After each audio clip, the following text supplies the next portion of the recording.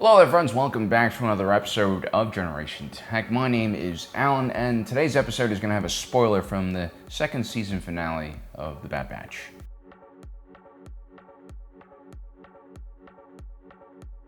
Plan 99 sucks. Not because it's a terrible plan or anything, I think it's actually crucial to who the Bad Batch are. But I much prefer Plan 82, the use of airburst electromagnetic pulse grenades on large enemy formations, while taking cover behind a mobile and impromptu shield. I prefer Plan 82 because this is what the Bad Batch does the best. It's a fun show with super mutated clones who are dangerous, reckless, and do ill-advised things. The Bad Batch is the best of the clone army mixed with a bit of Jedi battlefield creativeness. And Plan 82 highlights a time when Clone Force 99 could still enjoy themselves while on the job, back when they had the full backing of the Grand Army of the Republic and all of its resources. Plan 82 is lighthearted, but ultimately it's just a distraction from Plan 99, which is an inevitable thing that will happen because the Bad Batch chose to go against one of the most powerful government systems in the entire galaxy, the Empire.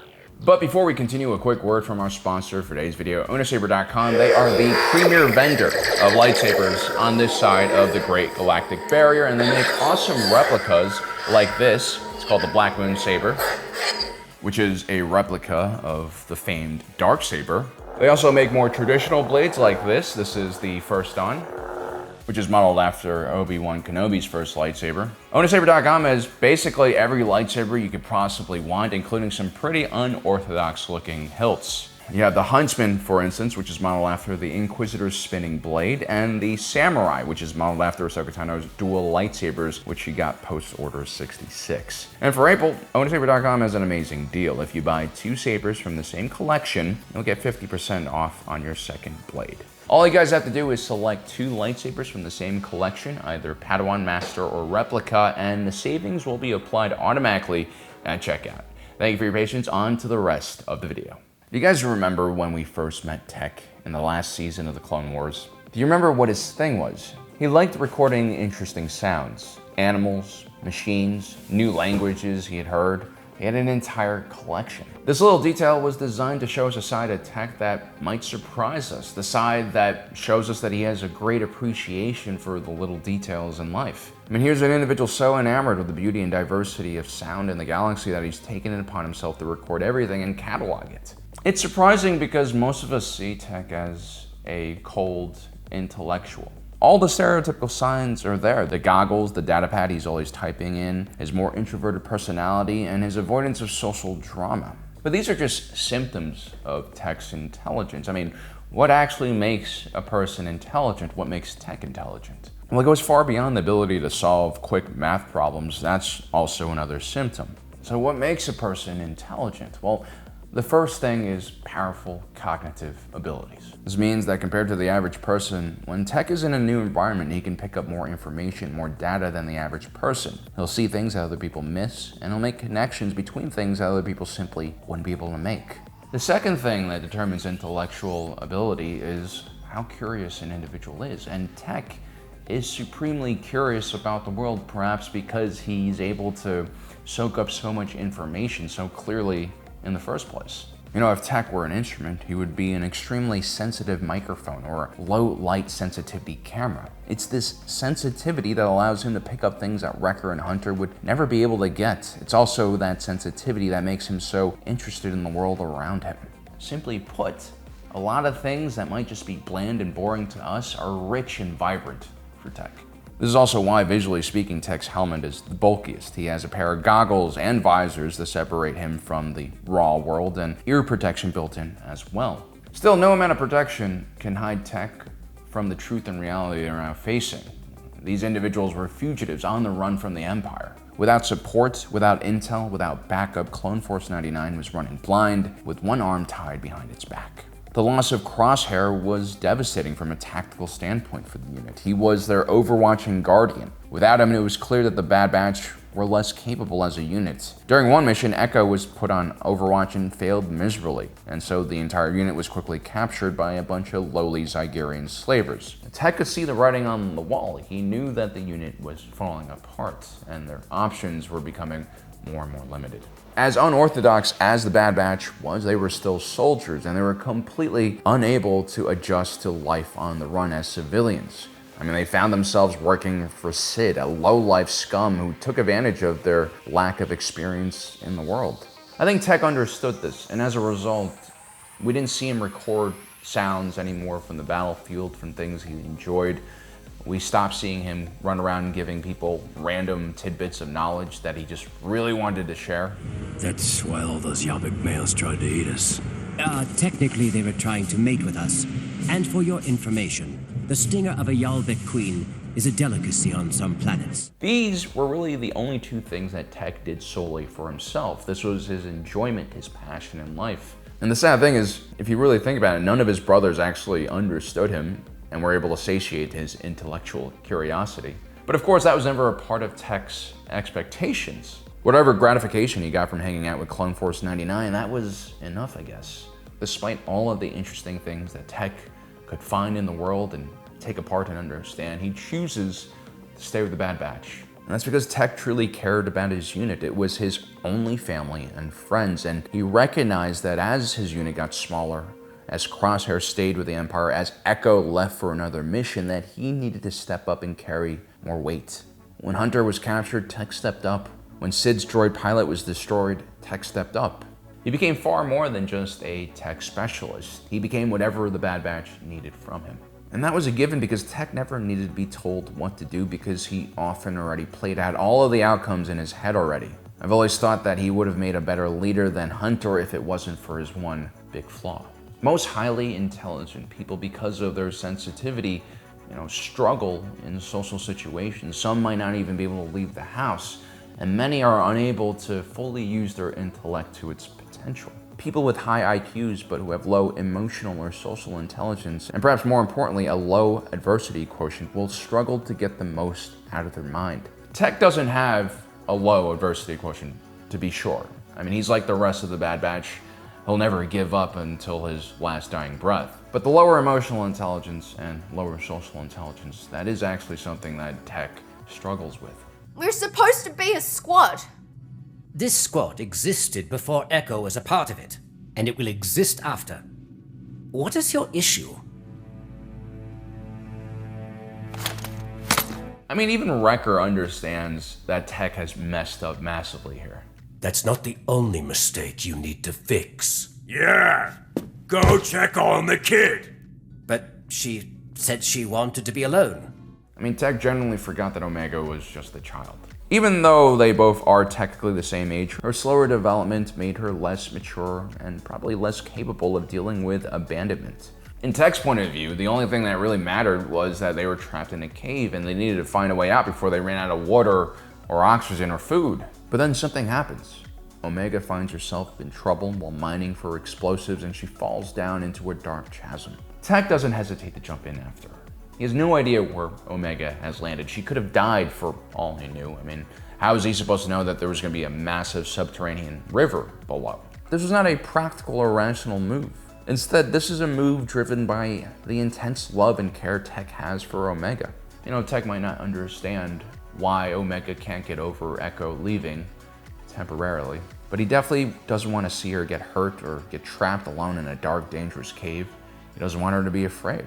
Tech's selfless actions here are enough to calm Omega down so that they can have an actual conversation about Echo leaving. And what happens here is actually very profound, and it's also very sad and revealing. And you don't even care. I am not sure how I should care about change. It is a fundamental part of life. Echo left. Why doesn't that bother you? That look of disgust that Omega is giving Tech is something that Tech, I'm sure, has encountered many times. There's probably a lot of people out there who don't understand Tech because he is so different. But as always, instead of getting angry, Tech tries his best to explain himself, to make Omega understand how he sees the world, because maybe this is a good lesson for her. I may process moments and thoughts differently, but it does not mean that I feel any less than you. Omega is neurologically typical, and even though she has massive amounts of empathy, in this case, I think she's just not used to dealing with someone like Tech, who more or less ignores or at least minimalizes the impact that emotions have on his decision-making capabilities. To Omega, Tech is being cold and kind of mean, but for Tech, this is how he's always been. This is how he sees the world. Tech understands that when one removes emotions and personal bias from the equation, they're able to see things for what they are. And that's what Tech wants. He wants the truth. You see, everyone has a dominant personality that drives the majority of their actions in life. For Wrecker, it's the thrill of violence and explosions. For Crosshair, it's order. And for Echo, it's duty. Both Crosshair and Echo lead the Bad Batch pursuing those dominant personality traits. For Tech, the whole point of life was simply understanding as much of what was going on around him. It's that same rationality which makes me believe that Tech is the one who comes up with Plan 99, which for those of you who don't know, Plan 99 basically involves a member of the Bad Batch sacrificing their life to ensure the survival of the rest of the team. It's actually something that the Bad Batch does on the regular, but to put a name to it, to make it into an actual plan, well, that shows intent. These clones had to sit down and actually talk about what would happen the moment they ran out of second chances and plot armor. They have to talk about what needs to be done in that scenario, not because any of these clones would fail to do their duty, but so that when the moment comes and a member of the team actually does sacrifice their lives, they don't hesitate and waste that sacrifice. You see, soldiers who are involved in continuous heavy combat, like these guys, they come to terms with the fact that they're going to die one day. They understand that thinking about death while in the middle of a dangerous situation makes them ineffective, and it's just not a rational thing to do. But seeing one of your friends die, or in this case, seeing one of your brothers die, that's something they're probably not prepared for, and something that they need to actually sit down and plan for, because that is what soldiers do. They plan, and plan, so that when things go to shit, they have at least one way out. And so when Tech gives his life for the team, it's not a spur-of-the-moment thing, it's premeditated. And because it's part of a plan and the Bad Batch soldiers, they can better distract themselves from the grief and loss in the moment. They can just let the training kick in. I mean, it's really fitting that it's called Plan 99 because it's named after Clone Force 99, which itself was named after a defective Clone 99, who also sacrificed his life for the greater good of all the clones during the Battle of Kamino. Tech being who he is, being the analytical genius, he could sense that the Empire was closing in. He could sense that each rescue mission they went on was crazier and more difficult than the next. And while everyone could sense the general desperation that was beginning to permeate each one of their missions, Wrecker was always too simple to see what was going on. Hunter was always too concerned with everyone's safety to spare a moment for planning for the future. And Echo, well, he already had half a foot out, and Crosshair was already out. It was only Tech who understood what was going on, this gradual slide towards destruction. Despite all of this, despite what Tech could see in his own future, he chose to pursue this path, this dangerous path with his friends. I believe that the rational side of Tech understood that Hunter was an erratic leader. He probably also understood that Wrecker was more of a liability than an asset in many cases. Tech understood that the adoption of Omega was reckless as well, yet he just goes along with all of it. I mean, Crosshair actually makes the most rational choice out of all of them, and I'm surprised that Tech never went along with them. When a soldier jumps on a grenade in a trench to save his buddies, it's usually on an impulse. I don't even know how much conscious decision-making is being made in that one moment. Maybe it's just training kicking in, who knows?